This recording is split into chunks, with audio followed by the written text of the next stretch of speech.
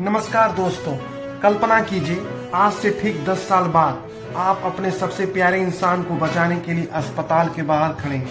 Doctor बाहर आता है और कहता है कि ऑपरेशन थिएटर में एक छोटी सी गलती हो गई। वो गलती जो आपके अपनों की जान ले लेती है।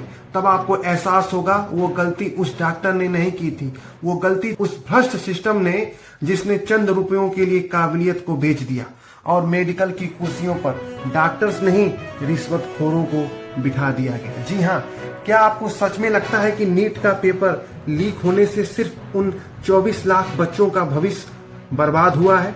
गलत।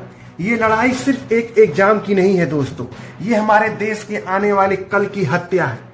भारत में हर साल करीब 24 लाख बच्चे एक सपना देखते हैं, नीट क्रैक करके देश की सेवा करने का।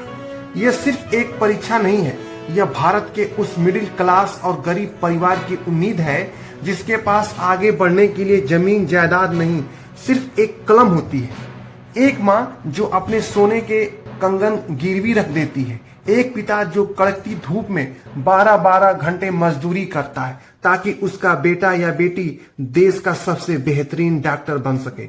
लेकिन जब ये बच्चे रात के 3 बजे तक जागकर अपनी आंखें काली कर रहे होते हैं, ठीक उसी वक्त कुछ बंद कमरों में तिजोरियों की चाबियां घूम रही होती हैं।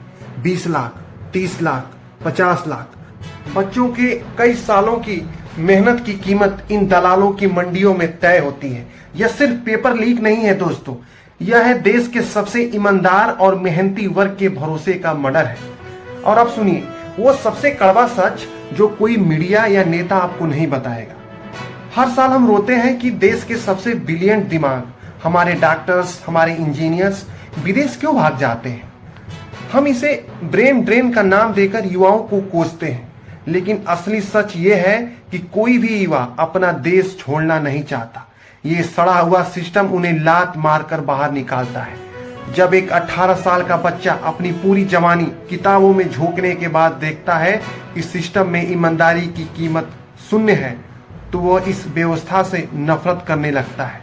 इसका सबसे बड़ा नुकसान देश को यह हो रहा है कि हम आत्मनिर्भर भारत का सपना तो देख रहे हैं, लेकिन जमीनी हकीकत में हम अयोग्य सिस्टम की एक फौज खड़ी कर रहे हैं। जिस देश में काबिलियत सड़क पर रोएगी और रईसों के निकम्मे बच्चे डिग्रियां खरीदेंगे, तो देश कभी दुनिया का नेतृत्व नहीं कर सकता है।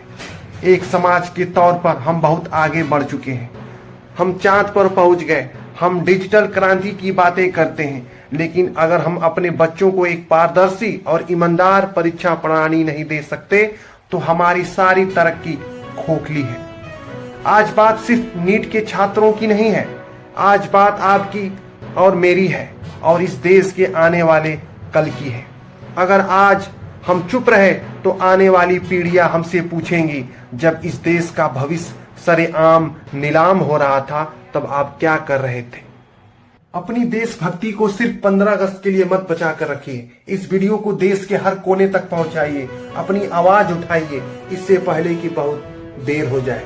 क्योंकि याद रखिएगा, आज अगर आप दूसरों के बच्चों के लिए नहीं बोले, तो कल जब आपके बच्चे के साथ ये अन्याय होगा, तब आपके हक में बोलने के लिए यहाँ कोई भी नहीं बचेगा।